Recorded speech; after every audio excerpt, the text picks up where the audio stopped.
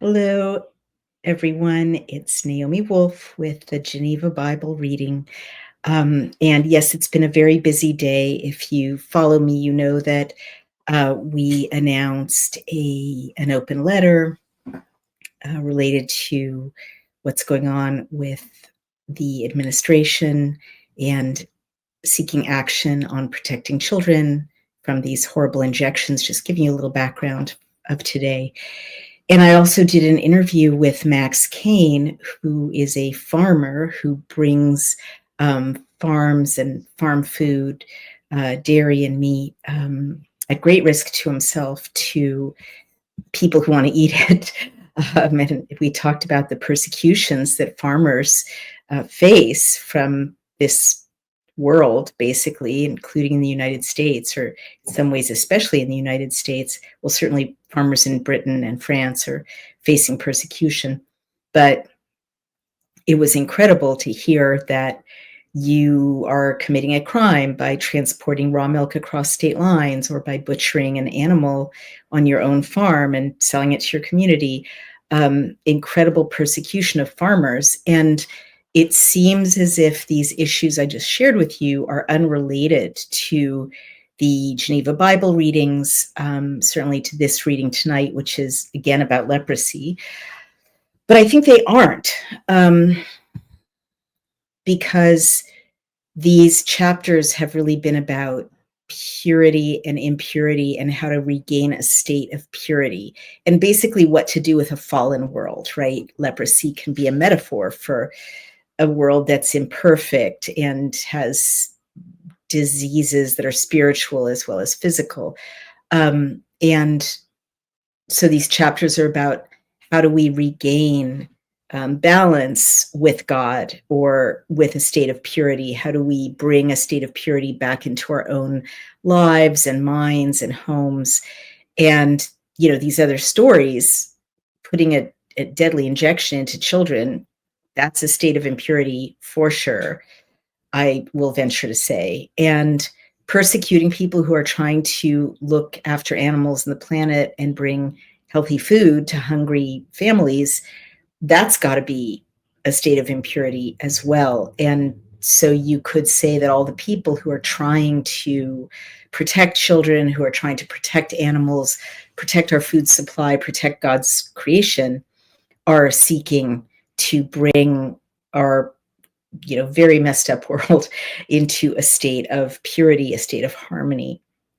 So we're dealing with disease, right? We're dealing with moral disease, spiritual disease, political disease, social disease.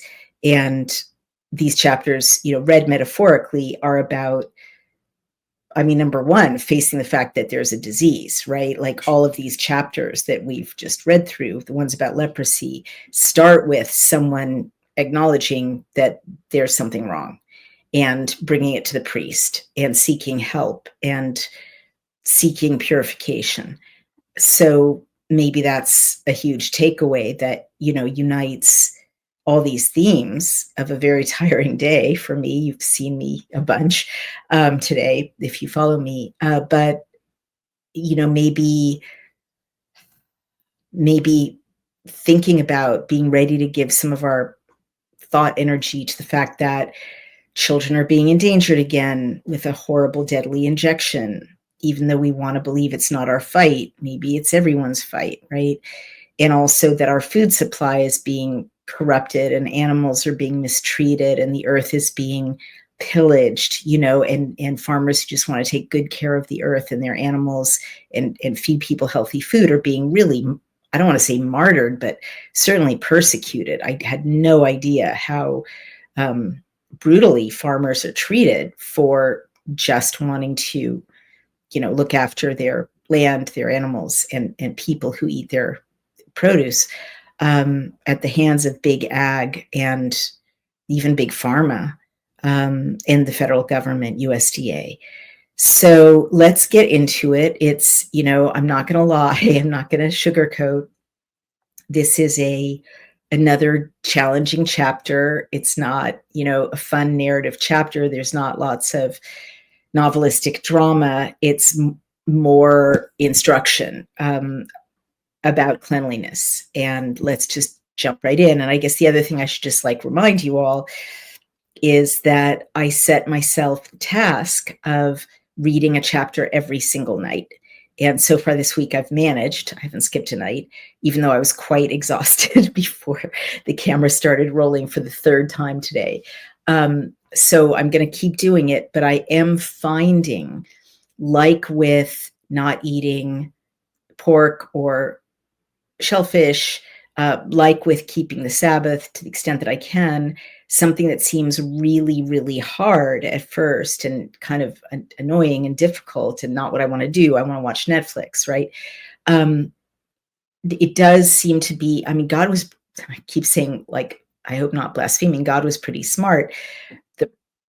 Moshe was smart with God, right? These strictures, which seem so laborious and just difficult and random, do make you feel kind of comforted and strengthened. It's a form of discipline for sure, but I have been not dreading, that moment where I don't choose the pork or the seafood. Like Brian and I went to a Chinese restaurant and there was delicious shrimp with broccoli. And I was like, that sounds really good. And then I was like, not eating shellfish.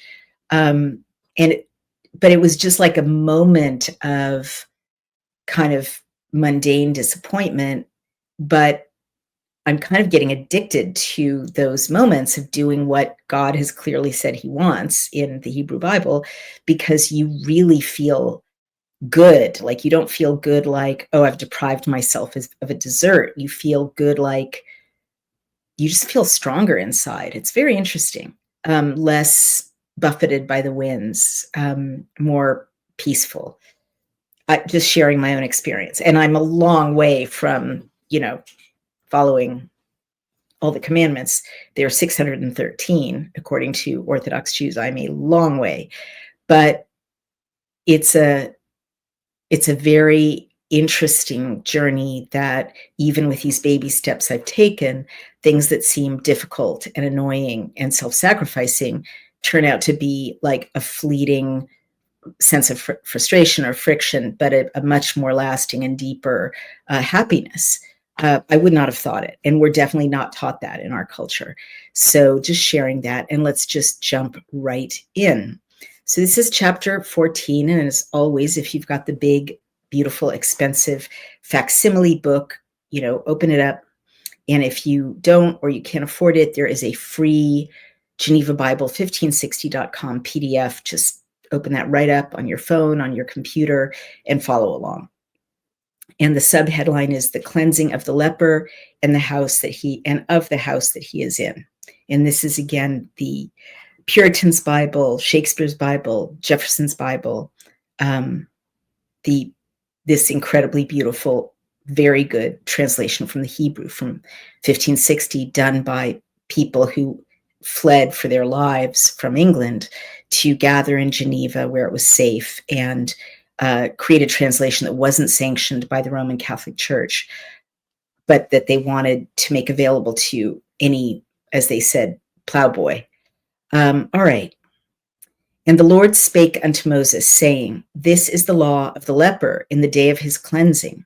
That is, he shall be brought unto the priest, and the priest shall go out of the camp, and the priest shall consider him.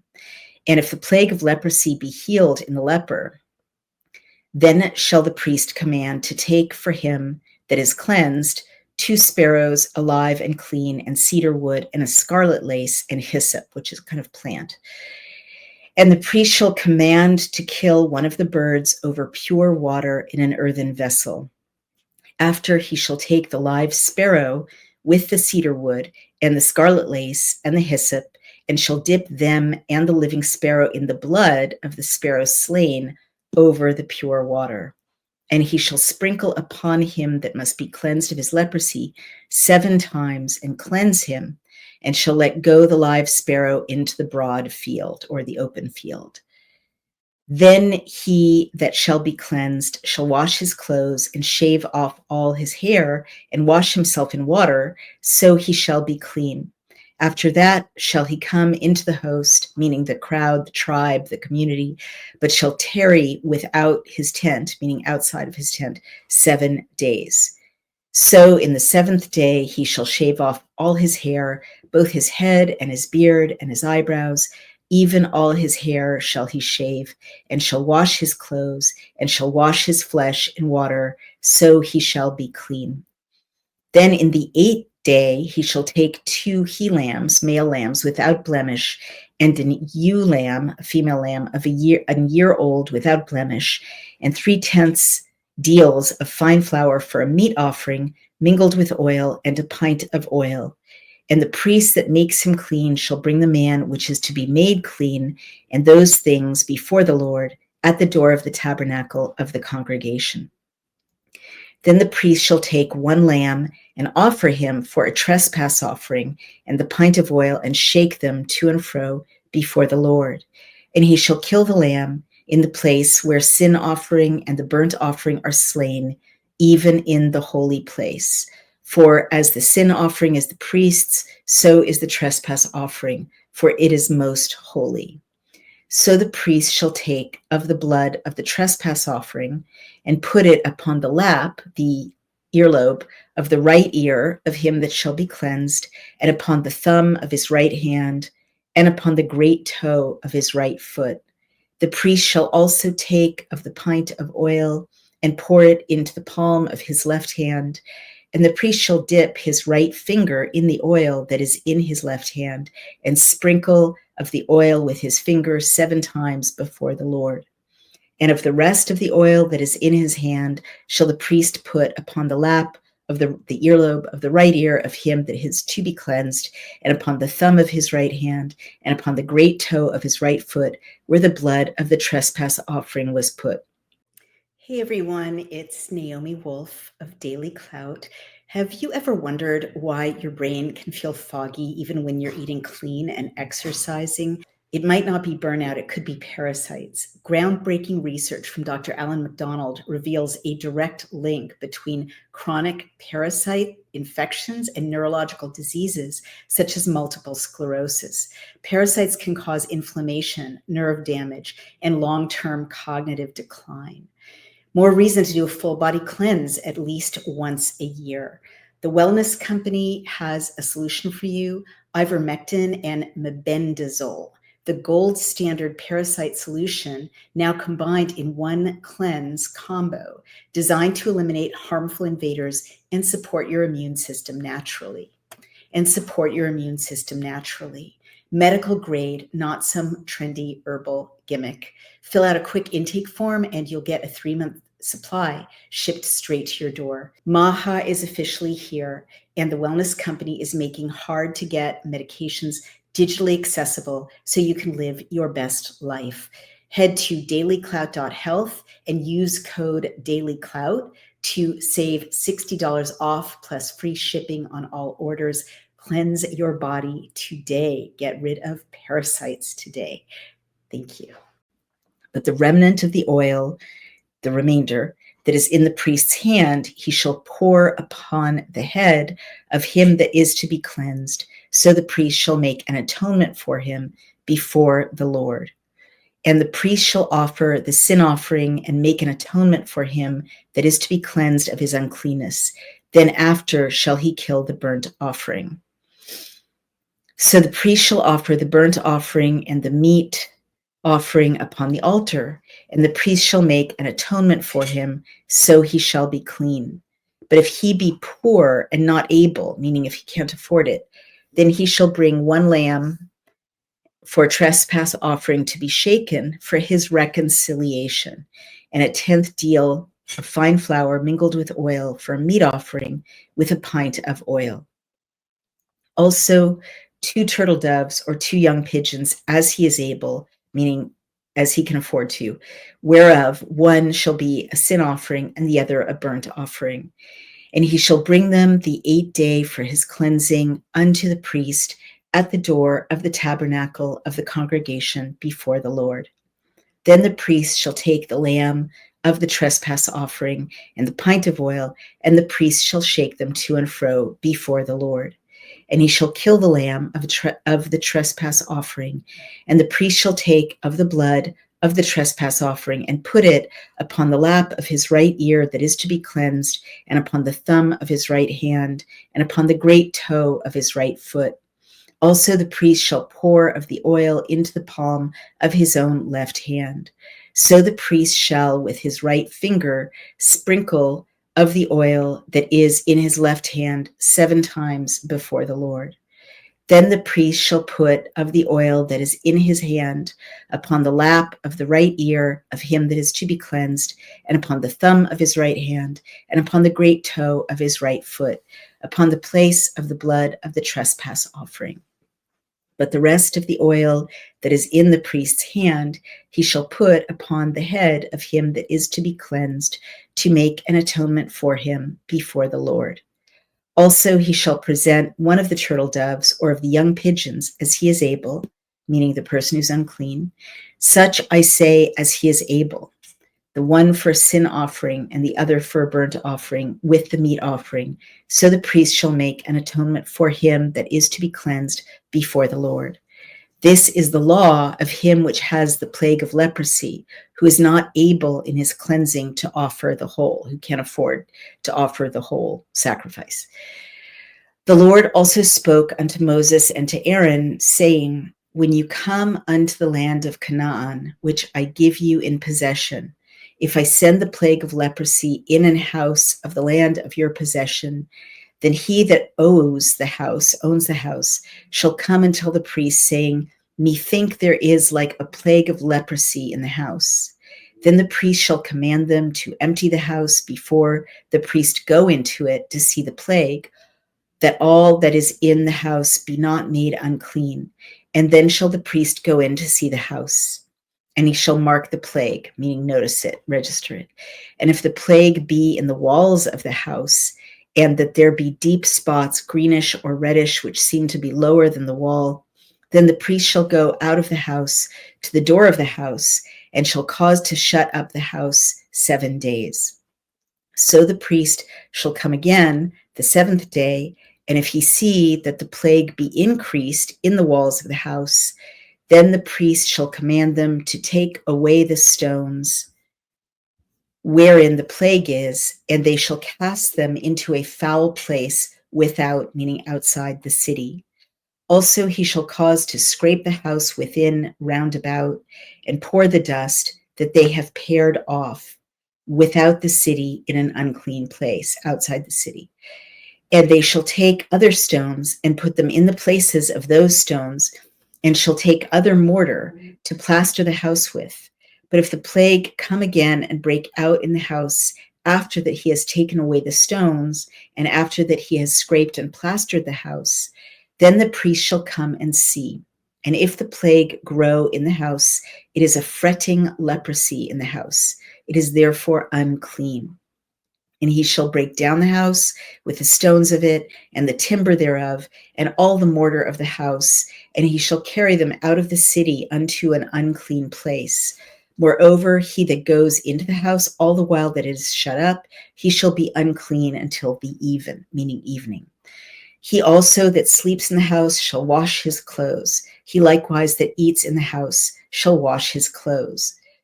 But if the priest shall come and see that the plague has spread no further in the house, after the house be plastered, the priest shall pronounce that house clean, for the plague is healed. Then shall he take to purify the house 2 sparrows and cedar wood and scarlet lace and hyssop. And he shall kill 1 sparrow over pure water in an earthen vessel, and shall take the cedar wood and the hyssop and the scarlet lace with the live sparrow, and dip them in the blood of the slain sparrow in the pure water, and sprinkle the house 7 times. So shall he cleanse the house with the blood of the sparrow, and with the pure water, and with the live sparrow, and with the cedar wood, and with the hyssop, and with the scarlet lace. Afterward he shall let go the live sparrow out of the town into the broad fields. So shall he make atonement for the house, and it shall be clean. This is the law for every plague of leprosy and black spot, and of the leprosy, and of the garment, and of the house, and of the swelling, and of the scab, and of the white spot. This is the law of the leprosy to teach when a thing is unclean and when it is clean. So the notes point out that an unclean place outside the city is where carrions, meaning dead animals, were cast, and other filth, that the people might not be therewith infected, not infected by those dead bodies. And they also observe, I just love these footnotes, they're so cute. They also observe of the string, the scarlet lace, it seems that this was a lace or string to bind the hyssop to the wood, and so was made a sprinkle. The apostle to the Hebrews called it scarlet wool. And by the way, does that ring a bell for you?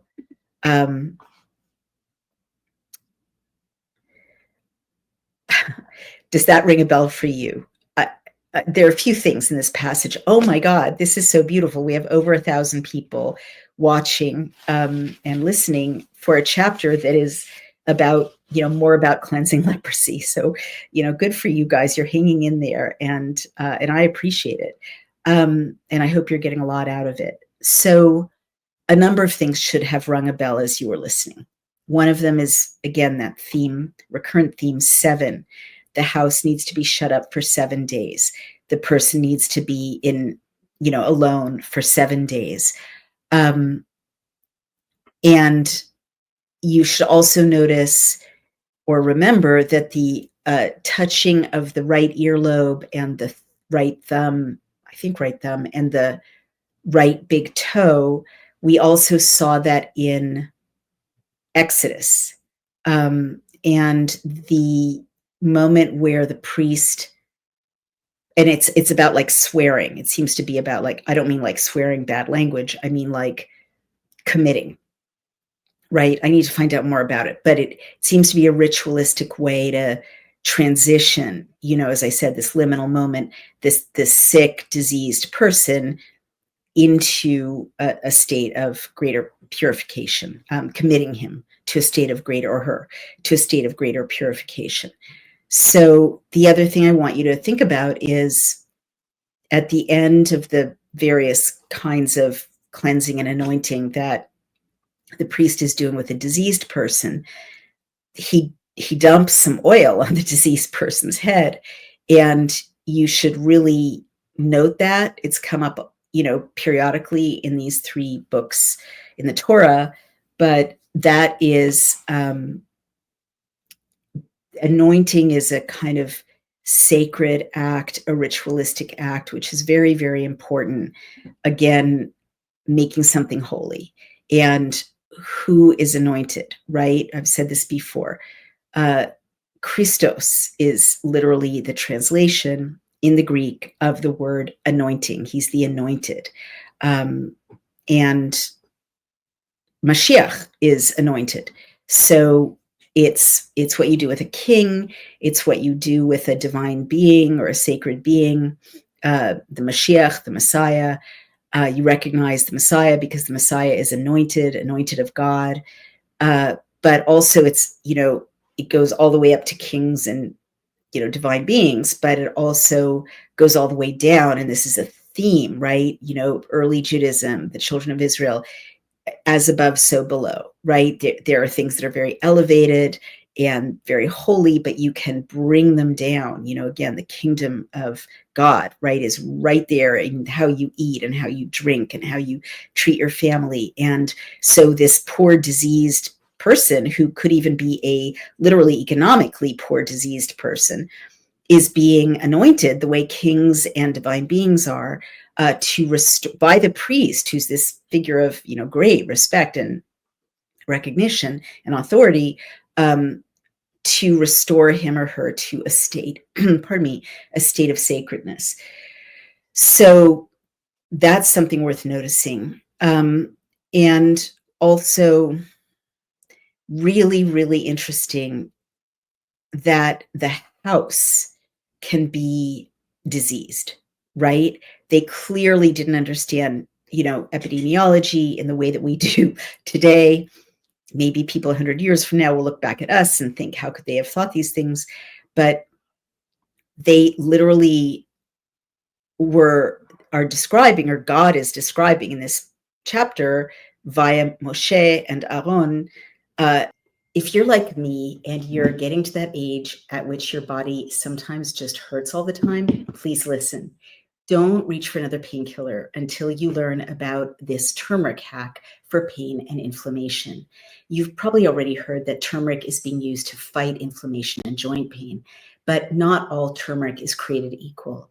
Regular turmeric powder in your pantry will help you a little, but a leading pain doctor from Connecticut discovered a special turmeric extract that is 200 times more powerful than what you find in standard turmeric. And when he shared this turmeric secret with his patients, the results were extraordinary.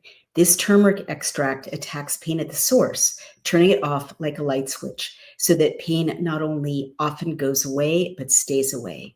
Dr. Josh, the brains behind it all, has spent 20 years helping hundreds of thousands of Americans finally break free from constant aches and stiffness. And his turmeric hack has been the backbone of their success. So don't engage, if you can avoid it, with expensive surgeries, pain injections, or inefficient over-the-counter medications with side effects. Greet pain-free living. It's incredible stuff. I started taking it regularly, and I really did notice a difference. Again, you can't just take any old turmeric. If you want to learn more about Dr. Josh's turmeric secret and the exact method for how to use it in your routine, go to goldenrevive.com/dailycloud. The link is right below this video in the description. Click on it and start your journey toward a pain-free, healthier life. Not just how you recognize leprosy on a human body. That was the subject of chapter 13, which we finished yesterday, but literally almost the same symptoms in a house. You remember that when they were looking at a human body, they would look at a lesion that was a depression lower than the skin, and they're literally looking at the same thing in a house. Now, is that mold? Is it an insect infestation that they're confusing with an infection in human skin? I really don't know. To my knowledge, leprosy is not transmitted in the walls of a house, but I don't know, because certainly it does make very good modern sense. And this is very early, epidemiology. Like, God obviously knew things that humans hadn't figured out yet. Washing your garments or even burning things that are infected or contaminated, that still happens, right? I mean, that happened up until the early 20th century with, people who had tuberculosis or other infectious diseases. And certainly leprosy can be transmitted through close contact with people, and I believe even through, garments, linens. You want to change the linens, you want to change the garments. So this is like very early basic infectious disease hygiene. Very, very early. Like, I'm not aware that there are other texts from this time or even images that show, basic epidemiological hygiene. Maybe there are, but I'm not aware of it. I can't recall that. So again, to me, this is like Yahweh being very specific about how to keep your house clean, how to keep your garments clean, and how to keep your body from getting infected, how to keep the community from getting infected. Now, there's something else very trippy about this passage. I don't know if you noticed it, but Yahweh is like, spoiler alert, right? Yahweh is starting to talk about Canaan. Now, as I said yesterday, these people are wandering around in the desert. They have no idea where they're going. But Yahweh just said, when you get to Canaan, a land that I will give you for your possession. And then he said, and you have houses that will be in your possession. So he's foreshadowing that they're going somewhere. They're not just randomly stuck in the desert going in circles, not knowing what's going to happen. He's bringing them, through these tribulations and difficulties, closer and closer in time, right? Maybe not geographically yet, to the Holy Land, to the Canaan.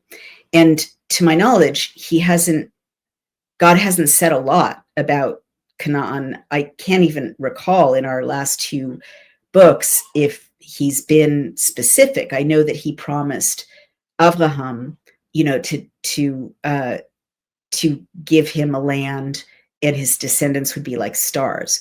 I don't know if he was as specific as saying Canaan. I'll have to look. But now he's being very specific. He's saying you're going to Canaan, you're going to take possession of it.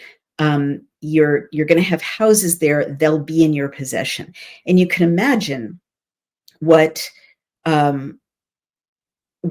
it meant to people who had been slaves for 400 years in Egypt to hear Yahweh saying, not only will you take possession of a land, but you're going to have homes there that you will own, right? Slaves own nothing, right? So it's big. Like, this is, how can I put it? It's like in a relationship. I mean, the children of Israel have messed up and messed up and messed up multiple times by this point in the story. And God has, gotten upset and wiped out some of them and then forgiven them and is trying to approach them again and be close to them. And this is like that moment in a relationship where someone says, I love you, or, let's get married. It clearly, they're being aligned enough with Yahweh, just listening carefully to all of these laws essentially that he's giving about how to be and how to live, and even, how to handle infections and childbirth, that he's not feeling like they're blowing him off or being disobedient and obnoxious and taking him for granted. I'm sorry to be so colloquial, but that's like literally the story of God and humans, up to this point. Like, humans keep being brats. There's just no other way to put it. And God keeps getting his heart broken. So when he says this, it's really a moment. If it were a movie, you'd go, oh, did you hear that? It's really a moment where he's saying, okay, I believe in you. I believe you're going to make it all the way home. I believe you're going to stay faithful to me, and we'll get there together. And I'm going to bring you to a promised land and give it to you. So the other trippy thing to think about is God is describing physical built houses, substantial houses made of stone and mortar and timber, right? And these are people who are living in tents, and God knows how they lived in Egypt, probably in huts, right?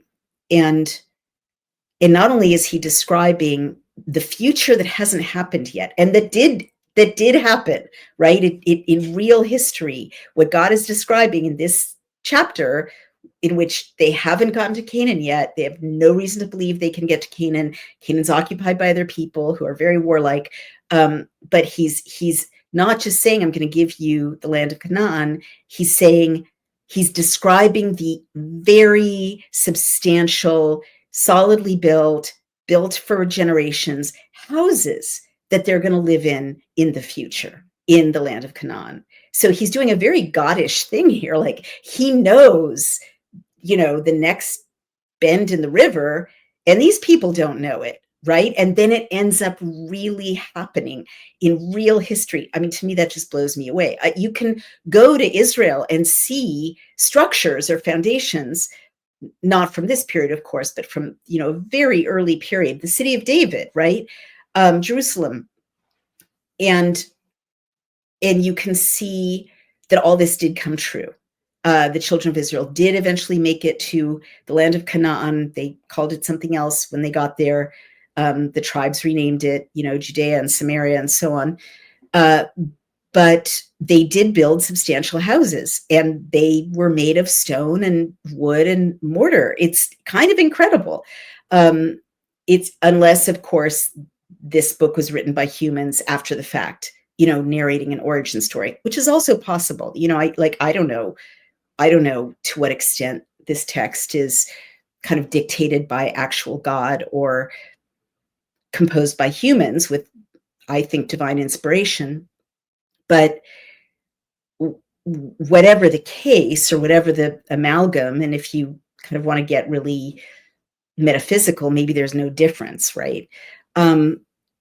The bottom line is that in this section of the story, God is telling the future, and it's a future that really did happen. So the other trippy thing is that he talks about cities. You'll put the mortar that you scrape off the walls of these substantial houses outside of the city. Well, these people have never had a city, right? They've never had a city, not in living memory, right? They were 400 years probably in some kind of ghetto-like set of huts in cities belonging to Pharaoh, right? To the Egyptians. It was not their cities. It was not their land. And even in the early books, Genesis and Exodus, there were no cities. Like there were little settlements, maybe, that certainly are mentioned, but Moshe, or Yahweh, is saying to Moshe, you'll be in a city, you'll be in these substantial houses, and you'll put this detritus outside the walls of the city. Again, that really happened, and he's literally foretelling the future. And it's like amazing to think about what these people in the middle of the desert living in tents would have thought when purportedly Yahweh is telling Moshe, who's telling Aaron to tell the people, this is how you're going to handle leprosy in the future when God gives us this land and we build these substantial homes and we have cities. So, and that really happened, right? And you'll see that it really happened. You can still see remnants of the cities that were built under Solomon's reign and David's reign, which is coming up in future books. So to me, that just kind of blows me away, and it also kind of blows me away because the author doesn't make anything of it. The author just kind of takes for granted this very metaphysical moment that God is foretelling a future that really happened. And I don't fully know what to make of it, except that it's kind of miraculous. So then let's move on to the Revised Standard Version. Now, what I really want you to notice, and this came up yesterday, is that in the Geneva Bible, this section, like the last section, is all about cleansing. And you remember that in the Revised Standard Version, the last chapter was translated with disease, disease, disease, disease. So here again, in chapter 14, if the leprous disease is healed in the leper, it's disease, disease, disease, whereas in the original, it's like a lesion, right? It's just a neutral description. It's definitely something that could be a disease, right? But there's not this emphasis of disease, disease, disease. And everything else is pretty straightforward and technical. And so this is very interesting. It's line 33. The Lord, in the Revised Standard Version, the Lord said to Moses and Aaron, when you come into the land of Canaan, which I give you for a possession, and I put a leprous disease in a house in the land of your possession, then he who owns the house shall come and tell the priest, there seems to me to be some sort of disease in my house. And then it goes on to say what happens to the disease, and just as in the last chapter, the Revised Standard Version must say the word disease 25 times. And then in the Hebrew and in the Geneva Bible, it's really all about cleansing, whereas in the modern translation, it's really all about disease. You have to stay healthy and well at times like this. You know that I often have suffered from mobility issues, and now I don't. Part of my lifestyle is Native Path collagen. So Native Path's collagen formula is made with ingredients that are scientifically developed to increase bone mineral density, support tissue recovery, reduce wrinkles, enhance hair thickness, and strengthen nails. Who wouldn't want more collagen with all of these benefits? So right now, when you visit getnativepath.com/dailyclout, you can stock up on Native Path collagen for up to an incredible 45% off today, plus free shipping. Every order comes with a 365-day money-back guarantee. You can try it risk-free today. It is a single ingredient formula with no fillers, additives, or artificial sweeteners, and it's third-party tested for heavy metals, which makes sure that it is pure and safe. It's flavorless. You can add it to anything. I add it to my oatmeal. You can add it to coffee or smoothies. Its formula makes it more bioavailable, meaning it's absorbed more easily and mixes without clumping. And the best part is Native Path is offering amazing bundle deals, 3 or 6 packs at a fraction of the price of other brands. With over 4 million jars sold, 1 million happy customers, 8,000 five-star reviews, and a 365-day no-risk guarantee, Native Path is a trusted choice, and they offer an 800 number. You can ask any question. A real person is waiting to help. You can join a private Facebook community. I love these people. Share recipes, success stories. So that's getnativepath.com/dailycloud and start your experience of transformation today.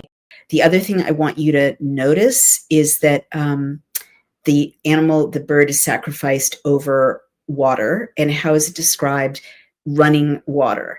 And we'll see that there is a different translation in the Hebrew. Now let's go to the Hebrew.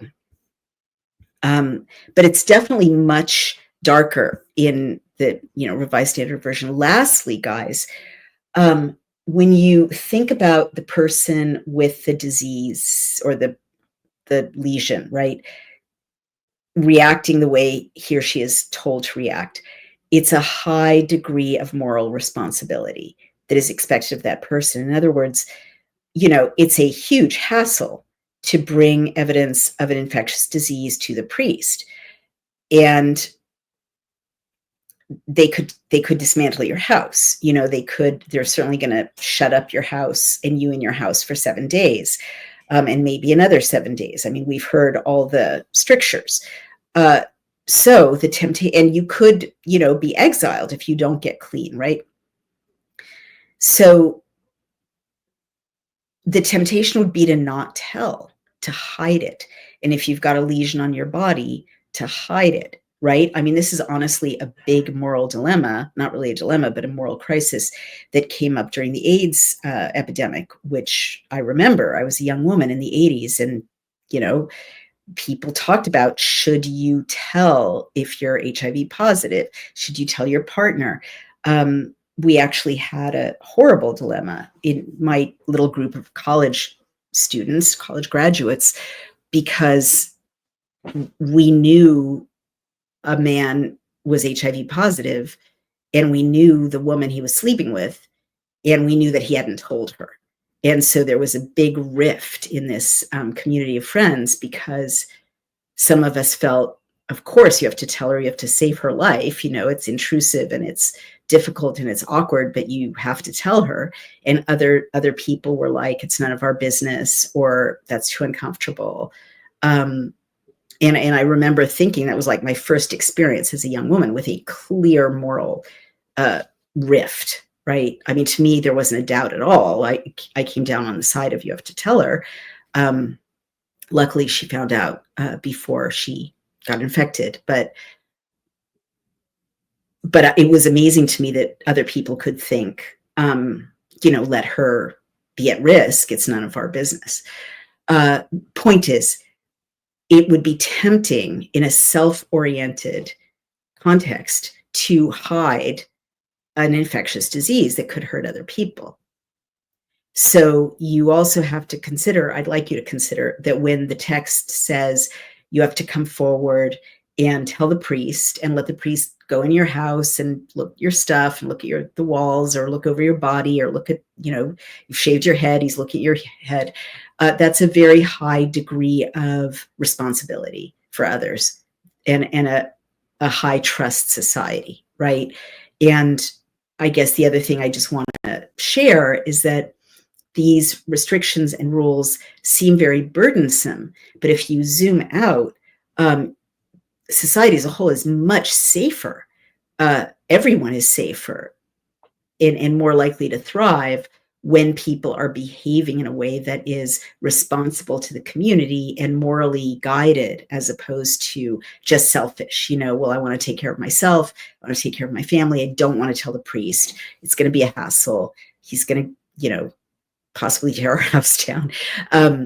So I just want to know, I just want to think about that. And God isn't even saying, like, you're going to be really annoyed, but you have to do it anyway. God is just saying, this is the law, right? This is the Torah. This is the instruction for leprosy.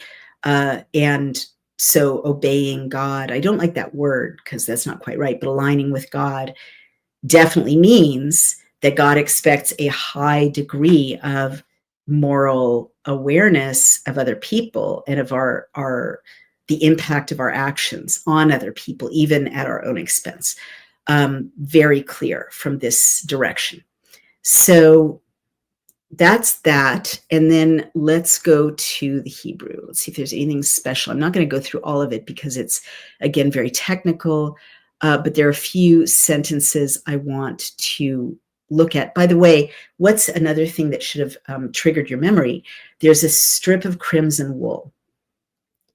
And to this day, people in some Jewish settings wear a strip of crimson wool. It's been quite kind of debased and popularized, but you've seen them, that like in Hollywood, they're wearing the strip of crimson wool.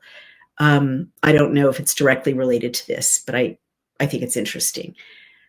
So the other thing is line 5, Vitziva, and commanded HaKohen, the priest, Shachat, slaughter, et hatzipor, the bird, ha'echat, the one bird, el kli cheres, into an earthenware vessel, al mayim chaim, on or over, and they translate it as spring water.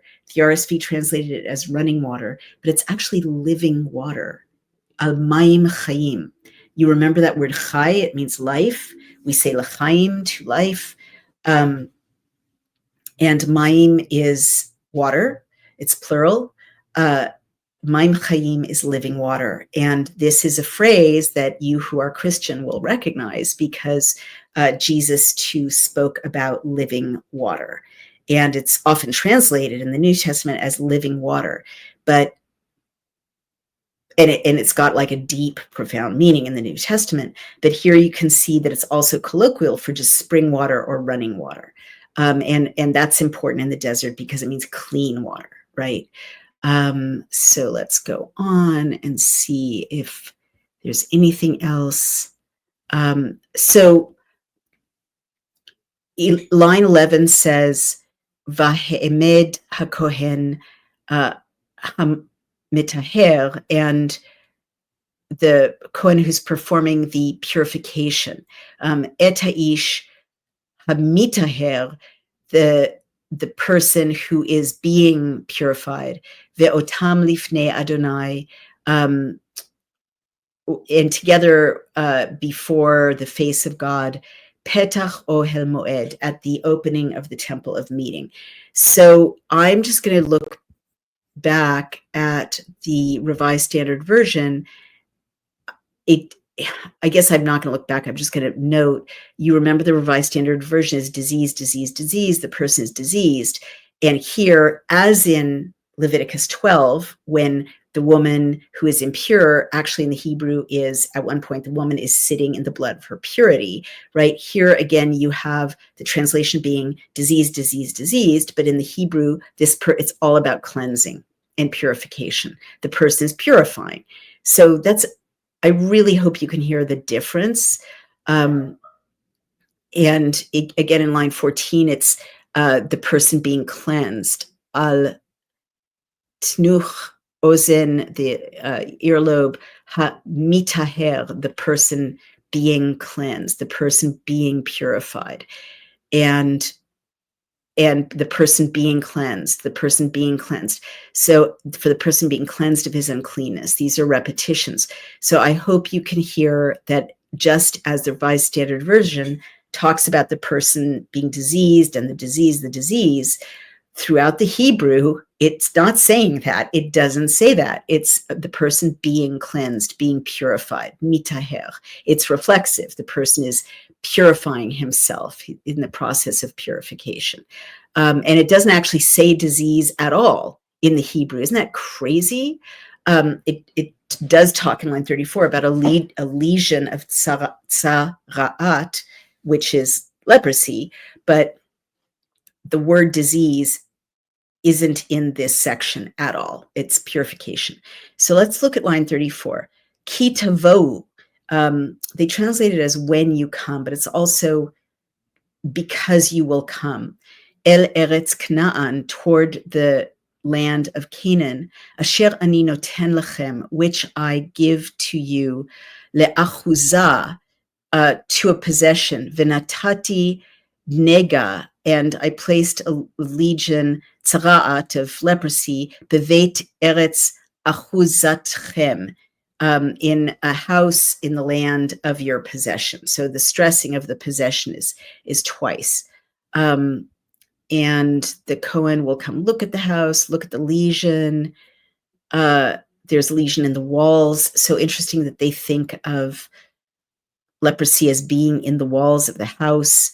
They scrape the house, they take the stones outside, they plaster the house, they demolish the house if they have to.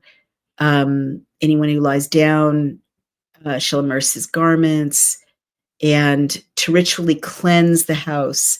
Le velakach lechet et habayit shtei tziporim ve'etz Erez ushni tolaat ve'ezov, and he shall take 2 birds, a cedar stick, a strip of crimson wool, and hyssop, and again he'll slaughter 1 bird into an earthenware vessel, almaim chayim, over living water, and then it ends. To render decisions regarding the day of uncleanness and the day of cleanness, le horot beyom hatameh uveyom hatahor, to kind of illuminate in the day of uncleanness or impurity and the day of purity. Zot Torat Hatzara'at. This is the Torah or the law of Tzara'at or leprosy. And let's just look at the RSV Leviticus 14 one more time. I just want to see if that disease is at the very end. Yeah, it is 54. They put disease where it isn't. This is the law for any leprous disease, for an itch, for leprosy in a garment or a house, and a swelling or an eruption or a spot, to show when it is unclean and when it is clean. That's literally not what it says in Hebrew. This is the law for leprosy. In Hebrew, it's to illuminate the day of cleanness or purity and the day of impurity, which is a much more elevated, spiritually awakened concept than, the priest is saying when something's clean and when it's diseased. So I hope you hear the difference. And I just want to read, in the time we have left, a really interesting exposition. And this is from the Rebbe.org. And it's about the name of the Torah reading. The above concepts also clarify a difficulty with regard to the name of our Torah reading, Parshat Metzorah. Metzorah means leper. One might think that the name of a reading in the Holy Torah would be associated with a word of more positive import. I said that at the beginning. It's kind of heavy, right? This question is reinforced by the fact that in the works of the early rabbinic sages, a different name was employed for this reading.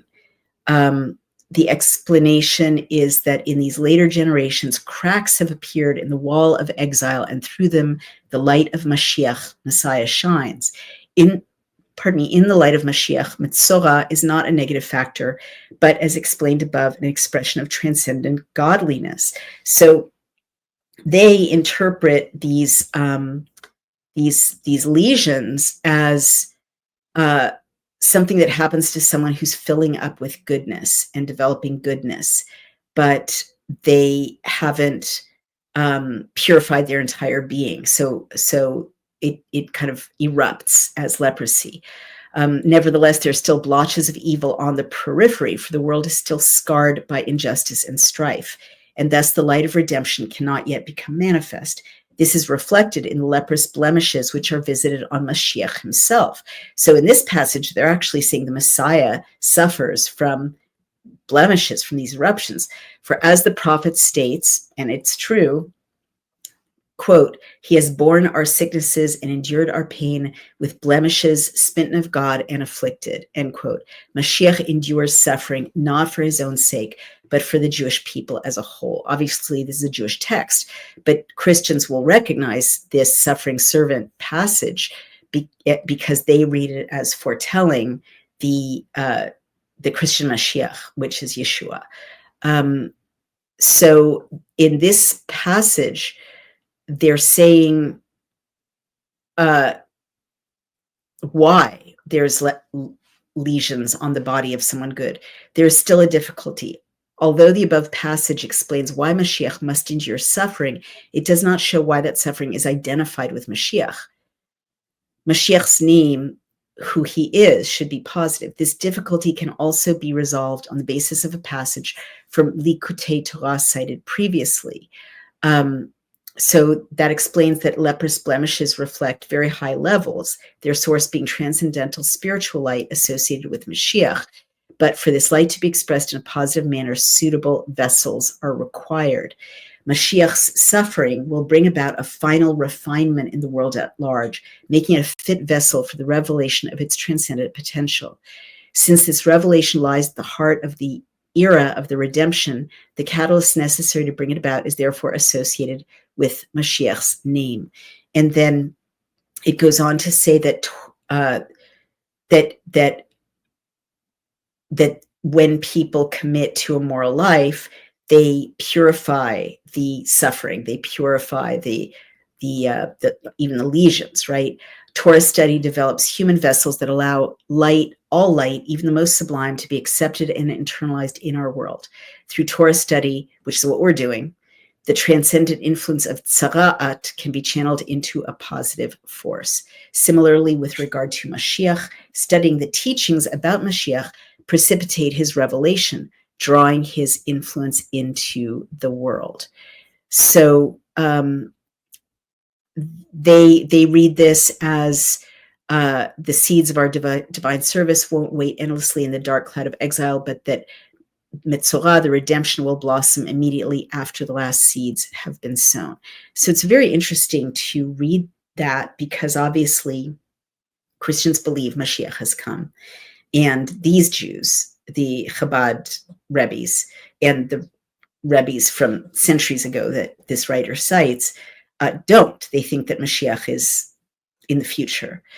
But they also have a very different idea of what brings Mashiach.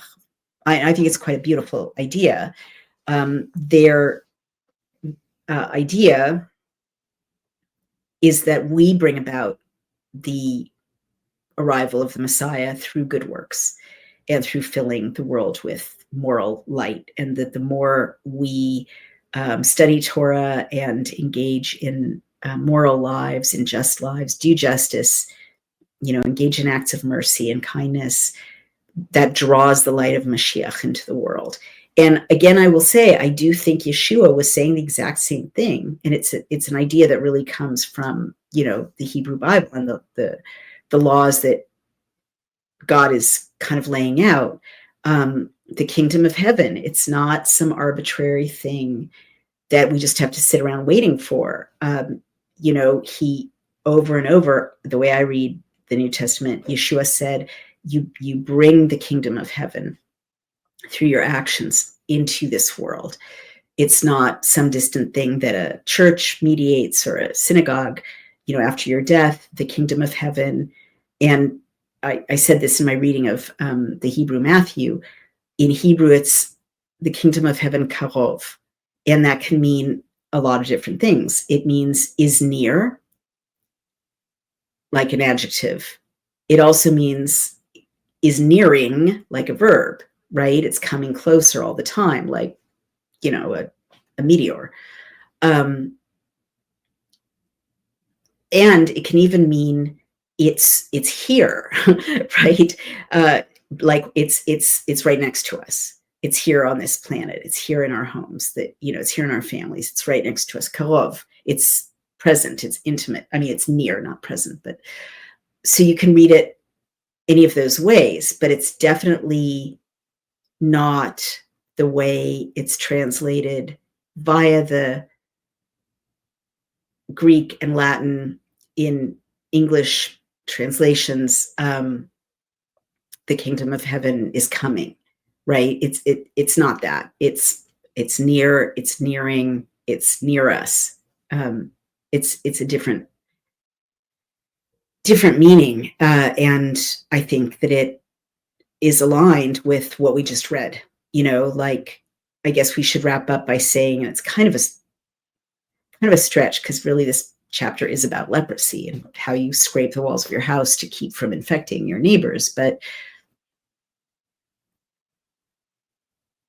I guess that the takeaway from this chapter is that even when things seem incredibly disgusting and gross and infectious and broken and destroyed, there's the ability to purify ourselves, right? And to be purified and to holy eyes ourselves, like Kadesh, and to be holy eyes, these verbs that don't exist in English. And that God wants us to, and doesn't want us to live in filth and infection and squalor, and is encouraging us to, take steps to clean ourselves, our bodies, to purify, right? Our thoughts, our relationships, and maybe, these lesions are just a metaphor, or also a metaphor, as well as really good instructions from a very caring God to a bunch of people in the middle of a desert without much running water about how to keep infectious disease from overrunning the community. All right. So Rosario Santana says the work of God's is proclaimed everywhere. He's promised soon everybody experiment and many blessings, those who are obedient and hearing his commands. Perhaps you mean everybody experiences many blessings, those who are obedient and hearing his commands. And again, I hope that you take away that obedience is not like slavish, doing everything without thinking about it. It is this kind of respect for what God is asking, in the light of God's many gifts, and aligning with God in the project that God is setting out, which is also, as God keeps saying at the end of these 3 chapters, this is the law. Zot Torah. This is the law. This is the law for childbirth. This is the law for leprosy. This is the law for, leprosy and cleaning your house. And that's about it. Oh, lots of comments here. Nijislabi says Jesus won't be coming back anytime soon. I literally, who knows, right? I don't know. I think a lot of people think it's around the corner. And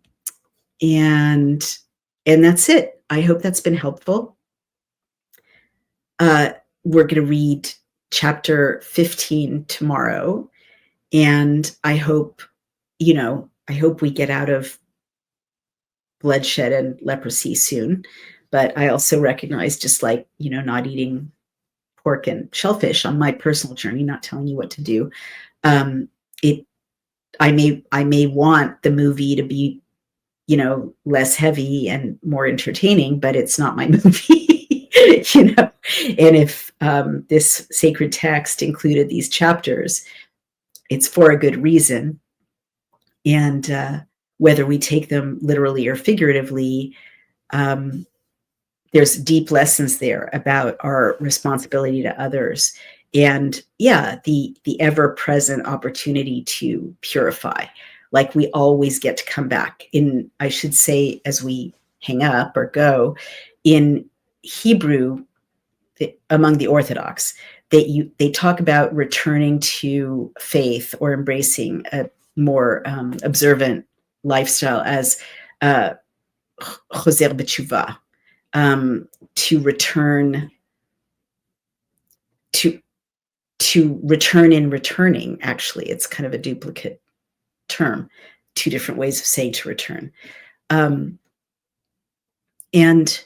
it's always there, like you're never lost in this religion, which is also your religion if you're Christian, I believe, the roots of it.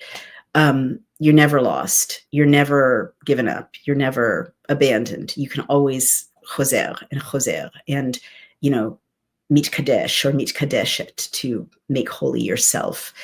You can always, mitaher or mitaheret, make pure yourself. Obviously not alone, but with in partnership with God. I don't want to say in obedience, although that's a reasonable translation, but a different kind of obedience. It's like, like obeying your husband or wife in a good relationship. You don't do what they hate because you love them, right? That's not really slavish obedience.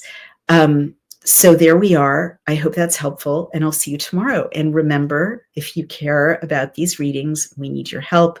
Please support Daily Clout or my Substack Outspoken, so that we can keep the doors open, keep the producer producing, the social mediaing, the editor editing, the hosting paid for on Amazon. We do need your help, and if you can't afford to help, no worries. Enjoy, share, and keep coming back if you want to continue this rather exciting journey. Take care, everybody.